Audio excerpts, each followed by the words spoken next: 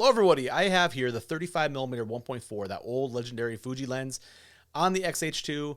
Fuji came out with a list and they kind of told us which lenses were going to be taking advantage of the 40 megapixels of the X-T5 and the X-H2, and this lens is not on the list. So I want to go and see what it looked like in the real world. Now, I don't do tests and charts.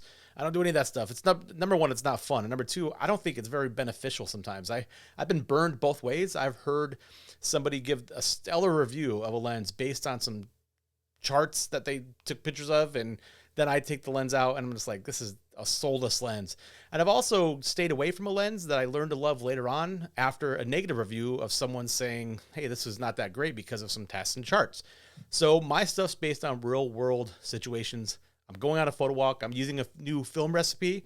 So the first part of this video is going to be me exploring this little field with a couple abandoned old vehicles. And then at the end of the video, and I'll put the chapter markers below, I'm going to show you what the raw files look like when I'm zoomed in a little bit at various f-stops on this lens and the 40 megapixels. So you can kind of see what you think, if you think it's still going to be a good combination for your photography or not. So let's go on a little journey and check it out.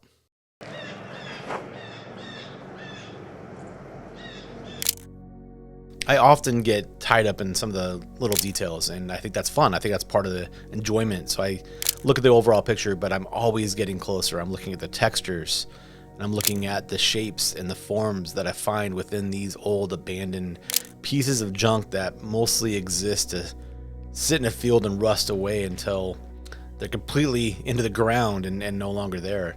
So getting these details is not only just fun, but it's also something that I find to be kind of important, because a lot of these old relics, they're going to be gone someday.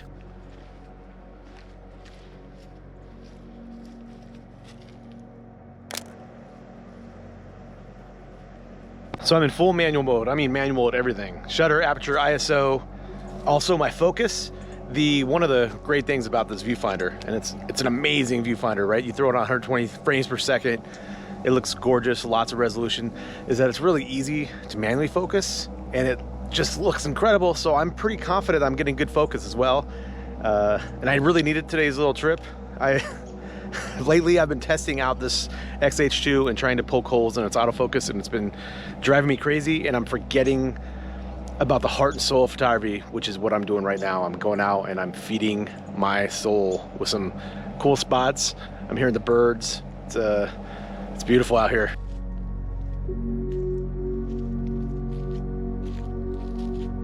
I'm really enjoying the character that this lens has. The 35 1.4 is kind of legendary because it is so unique in how it's rendering scenes that are in front of us. And I find that I shouldn't care so much about the resolution. So sure, the X-H2 has this 40 megapixel sensor, and it's not supposed to be that great with the 35 1.4. But I need to ignore that sometimes, and I need just to go out and enjoy photography and make really good images and make really good art. Because in the history of photography, it's not full of technically perfect photos. It's full of photos that have some kind of point to them or some kind of heart behind them. I've also got a Fujifilm recipe that I've got dialed in with a nostalgic negative. I love this film simulation, but my recipe uses that. It adds a little bit of grain, some contrast, and tweaking the colors a little bit. And I think I'm gonna call this one like Memphis, Nebraska. That's because that's where I'm at. Let's just call it that. And if you want to know some of the other Fujifilm recipes that I use, around my webpage, and they're just stuff that I dial in for fun around taking pictures and trying to find some cool combinations of colors. One of the reasons we love Fuji, right? You know, and at this point, I might be taking too many photographs. I totally admit that this video might be a little bit too long, but I'm having too much fun, and the photos are coming out pretty well, and I'm looking at them in the camera and I'm enjoying what I'm seeing. And so for me to be able to take these photographs and then show them to you is one of the joys that I get out of life, right? And you know, I might make a book out of these old trucks. This scene's kind of a tough one, right? Because there's so much chaos everywhere, so I'm not exactly sure where to look, but I got to be really careful on trying to bring my attention to certain things that I want the viewer to see, right?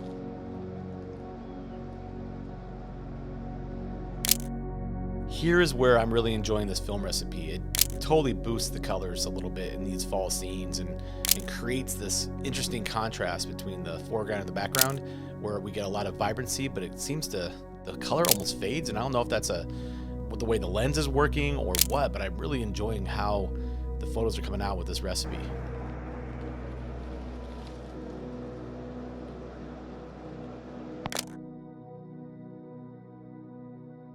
When I'm over on this side of the old truck, I'm a little bit more lost. On the other side, I had that door that was open, and I could kind of zoom in or hone in on the handle, you know, the chrome, find some cool stuff. The door's open so I could look inside. And on this part, I'm struggling, so maybe I don't have great photos on this side, right? And that's okay.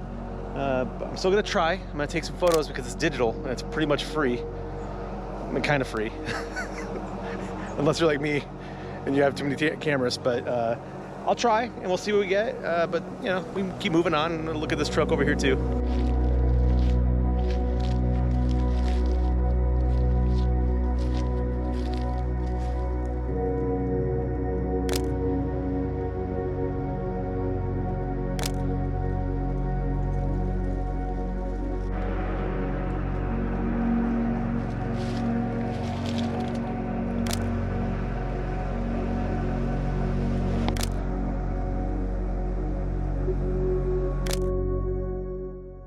I'm gonna do one last sweep, then we're gonna head home and check out how the files look.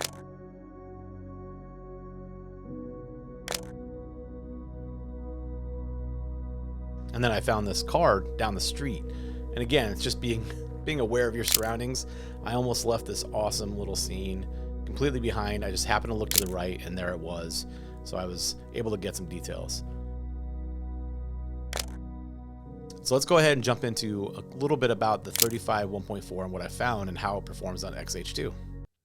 Okay, so now we're in Lightroom and we're looking at the files, basically the raw files without the grain and all the added stuff from the JPEG recipe, just to kind of see what the quality is. So far, I've noticed that at 1.4, things are a little soft, as we might expect, because that's how that lens has always been. But when we stop down and we narrow that aperture a little bit, it gets pretty cool. So this is 3.6. And if I zoom in here, I think that the quality looks pretty amazing. I gotta say that all that texture, all that detail, it looks really, really solid. So that's something that's pretty impressive right outside of the, right out of the box. This is another impressive one. This is at 2.8. We can see a lot of details in that glass, that old glass. Lots of little bits of dirt and dust, and it looks really good. I enjoy it. This one is at 1.4. And you can see that some of the problems exist. If you're back far away, we're viewing this on a smaller screen, or you're printing this fairly, not a giant size, I think it's going to look fine. But when we do get in closer, you can see that the details are not there. It's a little cloudy. You get some of that purple or not the green fringing a little bit, and some of the colors don't look exactly right. That transition between focus and out of focus is pretty sharp. Some people don't like that. Kind of depends on what your personal view is. This is another shot at 1.4, and if I zoom in on this old light bulb, it actually looks pretty good. You can see some detail there. So it's not super sharp, but it's also not as bad as I would have expected. This is zoomed in on the 40 megapixel sensor, and I think it looks pretty good. I can see some of the detail in there. It's not crystal clear. It's not really crazy sharp, but I think it's not bad either. That's another one. This one, I think the detail holds up pretty well in this area. It looks pretty good. If you look at some of the edges, you get some of that green fringing, a little bit of ghost looking parts of this, which are not perfect. But again, this lens has character and this lens has some heart to it. And I think that's okay. I think what I'm looking at is just the overall color and the rendition. And I'm really digging what I see. Another one at 1.4, the leaf is not wildly sharp, but it's not too bad either. Got some good details here. It just renders well. It looks nice. The background is really blurry, and I think it looks kind of cool compared to the foreground. I enjoy this type of photograph. I think that the fact that the lens maybe doesn't render everything perfectly is okay on something like this. There's another one at 1.4, and you can see me being my big blobby there. But the definition looks pretty decent. The details are there. They're not crystal clear. They're not wildly sharp, but that's okay. And this is basically a RAW that's not been processed, so for no sharpening happening and all that stuff, or texture added, it looks pretty good. Another one, 1.4, and it looks decent. Not the sharpest, but I think it's acceptable. And this is that one where I was farther back, and I think just everything's a little bit soft in this, so it's hard to see if I'm perfectly in focus. The truck still looks pretty decent. I could probably apply some sharpening. We get a lot of purple fringing, kind of a characteristic of that lens, and maybe it's a little bit more prominent with more resolution. And there's another one where, you know, this is pretty far back, and if we zoom in, if we get in close, I can still read the numbers on that right license plate. So although Fuji's saying that this lens cannot render very well, it's doing a decent job, right? I think it's okay. Let's see. That was at 1.42, right? I might not even, my focus might be back here. I'm not exactly clear. And on this one, this is that one where the little, the weeds in the foreground are in focus.